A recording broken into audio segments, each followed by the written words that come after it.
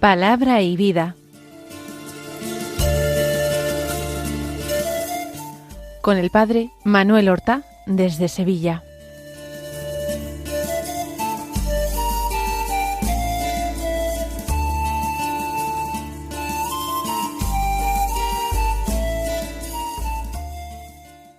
En el nombre del Padre, y del Hijo, y del Espíritu Santo.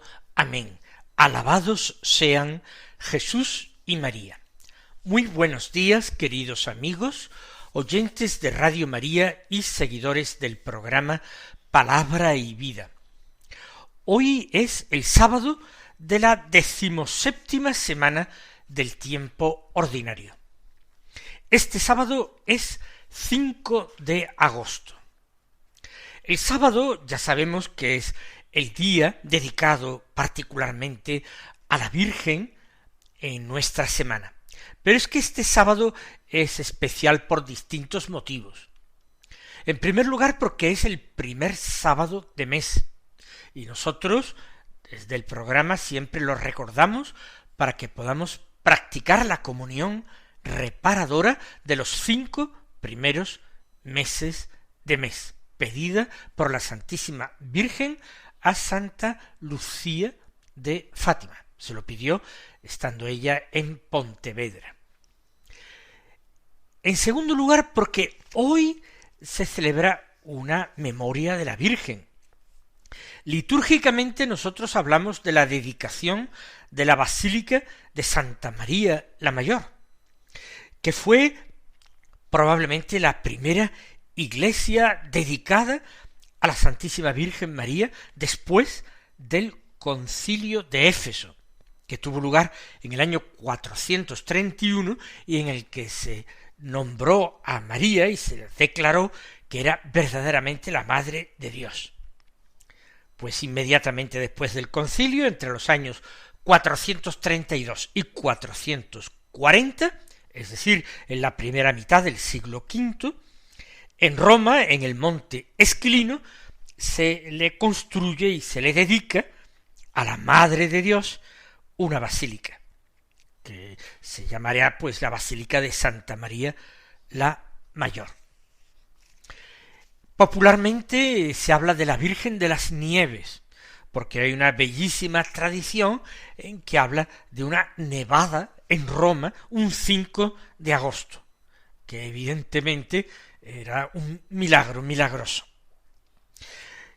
Además, pues el mes de agosto es también un mes que trae consigo distintas celebraciones de la Virgen. El día 2, el pasado día 2, antes de ayer, era Santa María de los Ángeles, Nuestra Señora de los Ángeles, carísima devoción para toda la familia franciscana. En su pequeña ermita de la Porciúncula, en la cercanía de Asís, Francisco encontró un refugio espiritual, una morada, y suplicó al Señor una gracia extraordinaria, ese jubileo de la Porciúncula. Hoy, ya lo hemos dicho, Santa María de las Nieves, pero tenemos el 15 de agosto la Asunción de la Santísima Virgen en cuerpo, alma y alma a los cielos. Y el día 22 celebramos a la Virgen María Reina, como su Hijo, Rey eterno y universal, y ella Reina y Señora de todo lo creado. Por tanto, también agosto es mes mariano. Vamos a escuchar la palabra de Dios y en obsequio de la Santísima Virgen vamos a escuchar la palabra de Dios con atención, con devoción y con amor. La primera lectura, ya lo anunciábamos ayer, sería del libro del Levítico, un libro que, como les dije, no se presta a muchas meditaciones llenas de devoción, pero nosotros, como María, escuchamos esta palabra como venida de Dios. Del capítulo 25, los versículos 1 y luego desde el 8 al 17, que dicen así: El Señor habló a Moisés en el monte Sinaí. Haz el cómputo de 7 semanas de años, 7 veces 7, de modo que las 7 semanas de año sumarán 49 años. El día 10 del 7º mes harás oír el son de la trompeta. El día de la expiación haréis resonar la trompeta por toda vuestra tierra. Declararéis santo el año 50 y promulgaréis por el país liberación para todos sus habitantes. Será para vosotros un jubileo. Cada uno recobrará su propiedad y retornará a su familia. El año 50 será para vosotros año jubilar. No sembraréis, ni segaréis los rebrotes, ni vendimiaréis las cepas no cultivadas, porque es el año jubilar que será sagrado para vosotros. Comeréis lo que den vuestros campos por sí mismos. En este año jubilar cada uno recobrará su propiedad. Si vendes o compras algo a tu prójimo, que nadie perjudique a su hermano. Lo que compres a tu prójimo se tasará según el número de años transcurridos después del jubileo. Él te lo cobrará según el número de cosechas restantes. Cuantos más años falten, más alto será el precio. Cuanto menos, tanto menor será el precio. Porque lo que él te vende es el número de cosechas. Que nadie perjudique a su prójimo. Y teme a tu Dios, porque yo soy el Señor vuestro Dios. Con razón, si ayer el texto del Levítico era un mosaico de versículos para encontrar algunas enseñanzas valiosas, el de hoy es un texto valiosísimo y aprovechable para nosotros. Y eso que habla de una institución que ha pasado en cierta manera, tal como fue concebida por el mismo Dios, porque esto es, como dice el texto, para eso se lee el versículo 1. El Señor habló a Moisés en el monte Sinaí. Y después se pasa al versículo 8 para hablarnos de esa institución del jubileo. Si han estado atentos, ya se han enterado de lo que era el jubileo. No era como nuestros jubileos actuales, simplemente nuestros años santos, como un medio de alcanzar ciertas gracias espirituales, ciertas indulgencias. No, era una institución que tenía, sobre todo, ante todo, una dimensión social muy fuerte y unas repercusiones económicas grandísimas. Nosotros podemos mirar a nuestro mundo, a la sociedad, podemos mirar a la historia de los hombres y vemos que inevitablemente entre los hombres surgen con el paso del tiempo desigualdades y que si estas desigualdades no se corrigen, aunque sea mínimamente, llegan a ser inmensas y odiosas. ¿Por qué? Porque el corazón del hombre, desde el pecado original, está inclinado a la maldad. Y inclinado a la maldad, se deja llevar por el egoísmo. Y entonces Dios, vamos a decirlo así, inventa o establece para los hombres esta figura compensatoria. Todos tenemos derecho a una nueva oportunidad. Todos tenemos derecho a empezar de cero, a dejar atrás nuestros errores, o nuestras culpas, o nuestros pecados. Dios nos lo muestra dándonos el perdón, pero el Señor no da un perdón cada 50 años, ni siquiera cada año. Nosotros sabemos que en el corazón de Cristo nosotros encontramos abiertas las puertas de la misericordia de Dios, que podemos alcanzar el perdón diariamente.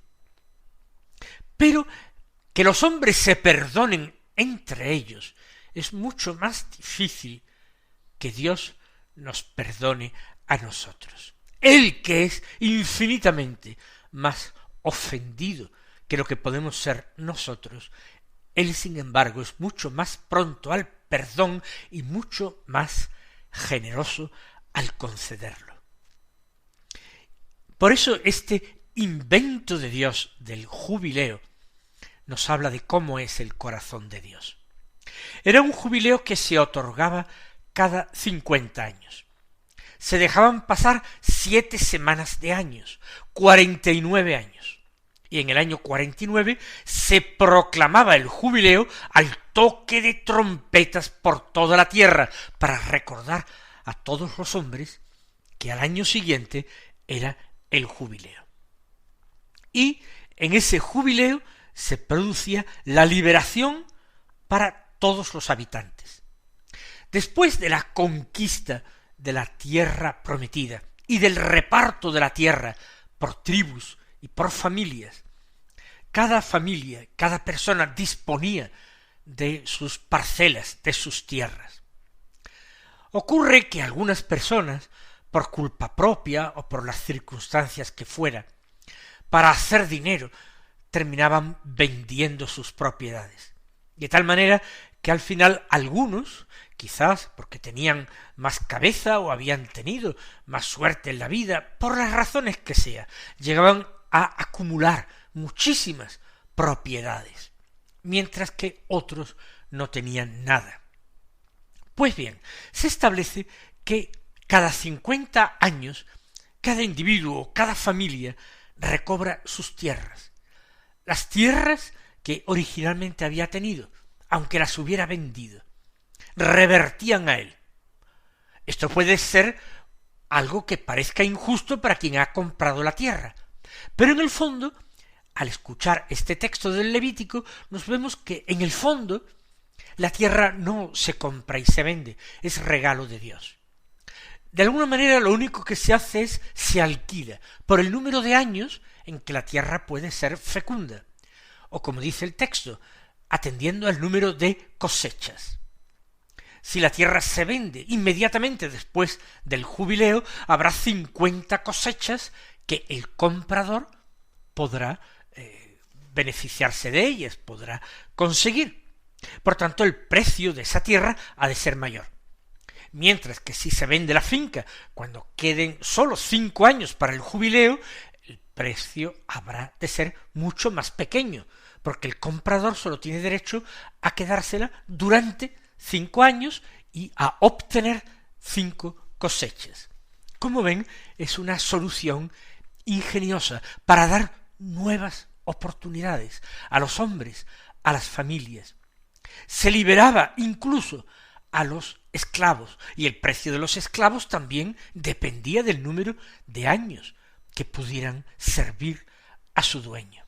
Y el año jubilar era un año de descanso, era como el domingo de nuestra semana, pues una especie de domingo en esas semanas de años.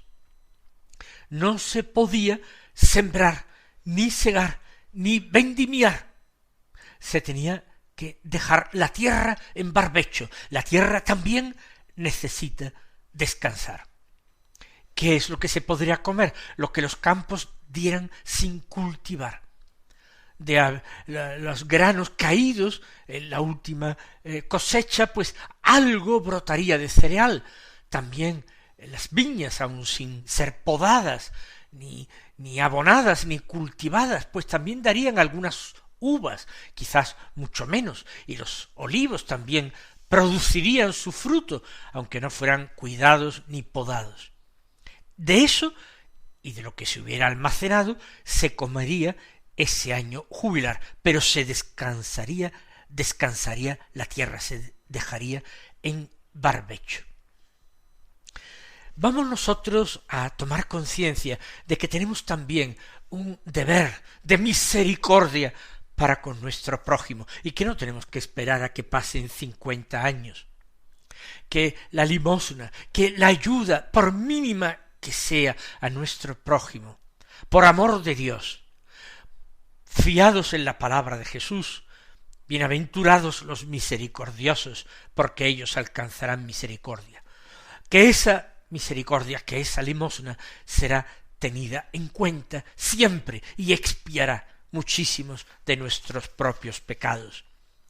Tratemos a los demás como nosotros deseamos ser tratados, no ya sólo por nuestros prójimos, sino de la forma en que nosotros queremos ser tratados por Dios. Tratemos de la misma manera a nuestros prójimos.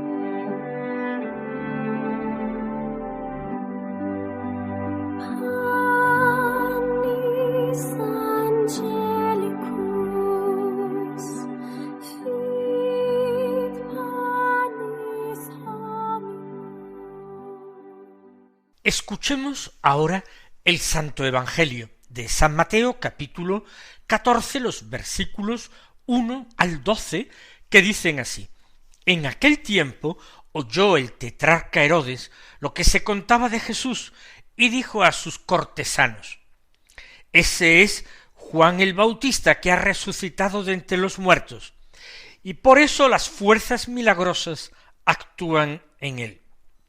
Es que Herodes había mandado prender a Juan y lo había metido en la cárcel encadenado por motivo de Herodías, mujer de su hermano Filipo, porque Juan le decía que no le era lícito vivir con ella. Quería mandarlo matar, pero tuvo miedo de la gente que lo tenía por profeta.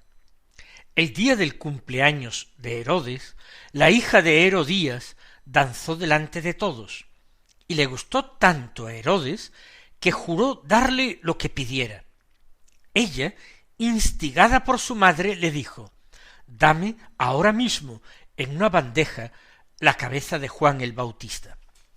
El rey lo sintió, pero por el juramento y los invitados ordenó que se la dieran y mandó decapitar a Juan en la cárcel. Trajeron la cabeza en una bandeja, se la entregaron a la joven, y ella se la llevó a su madre. Sus discípulos recogieron el cadáver, lo enterraron y fueron a contárselo a Jesús. Lo primero que nos llama la atención es que Jesús no aparece protagonizando este texto del Evangelio. Aparece mencionado, sí, al principio y al final del mismo. Al principio se nos dice que Herodes, el tetrarca Herodes, había oído lo que se contaba de Jesús. Y entonces, oyendo las historias que se cuentan acerca de Jesús, se acuerda del Bautista. Seguramente no sabía que fueran primos, y hace su propia interpretación, llevado quizás de su miedo interior o de su superstición. Y al final del texto de nuevo se vuelve a mencionar a Jesús. Se dice que los discípulos de Juan Bautista recogieron su cadáver y lo enterraron, y luego fueron a contárselo a Jesús. Ya habían sido aleccionados por su maestro acerca de quién era Jesús. Y a la muerte de Juan, muchos, la mayoría o todos, los que pudieron, se convirtieron en discípulos, en seguidores de Jesús. Unos, ya lo sabemos, en vida del maestro, porque Juan Bautista había dicho un día al pasar Jesús cerca del Jordán, en los días del bautismo: Ese es el Cordero de Dios, que quita el pecado del mundo. Y se fueron detrás de Jesús, Andrés y Juan y otros. Y a lo largo de su vida Él enviaría a otros muchos. Sabemos de unos a los que envió para preguntarle, ¿eres tú el Mesías que ha de venir o esperamos a otro? Y como Jesús había hecho milagros en presencia de aquellos enviados. Y Juan Bautista seguramente quería forzar, por así decirlo, a Jesús a declararse ya abiertamente a Mesías, para que nadie ya tuviera dudas, escrúpulos, reparos de ningún tipo en seguirle. Por eso, tras la muerte de Juan, inmediatamente van a dar la noticia a Jesús. La historia ya es suficientemente conocida y nos habla de algo muy importante. Esto es evangelio, buena nueva, buena noticia. ¿Cómo es posible si no nos habla de Jesús? Pues es que se puede dar la buena nueva, se puede hablar de Jesús, o Jesús puede darnos testimonio del reino, del Padre, de la salvación, hablando de hombres que han encarnado en sí mismos, en su vida y en su muerte, el mensaje del Evangelio. Juan es el hombre verdaderamente traspasado por la palabra de Dios. Desde que era muy joven, la palabra lo llevó al desierto. Proclama la palabra, como diría el apóstol San Pablo, a tiempo y a destiempo. Tan humanamente a destiempo que es encarcelado por dar testimonio de la palabra. Hombre valiente y recto, hombre inflexible en el mejor sentido de la palabra, hombre que no se doblega ante el mal ni ante los poderosos que tratan de inducir a los hombres a actuar mal o dan mal ejemplo. Y él, que padecía ya la cárcel por haber dado testimonio de la verdad y reprendido a Herodes por su convivencia con Herodías, su cuñada, la mujer de su hermano Filipo, él va a encontrar la muerte precisamente a consecuencia del odio de aquella mujer de Herodías. Y como la danza de la hija de Herodías y el premio prometido imprudentemente por Herodes es ocasión de que la muchacha, instigada por la madre, pidiera en una bandeja la cabeza de Juan Bautista. Parece increíble que el rey cediera ante este capricho en una materia y en un asunto tan grave. Pero los invitados a la boda, el juramento que había hecho, los respetos humanos, pasaron por encima del temor de Dios. Y así se actuó. Que a través de nuestras vidas, no sólo de nuestras palabras, sino también de nuestros silencios, de nuestras obras, también Cristo sea proclamado hoy a los hombres. Mis queridos hermanos, el Señor os colme de sus bendiciones y hasta mañana si Dios quiere.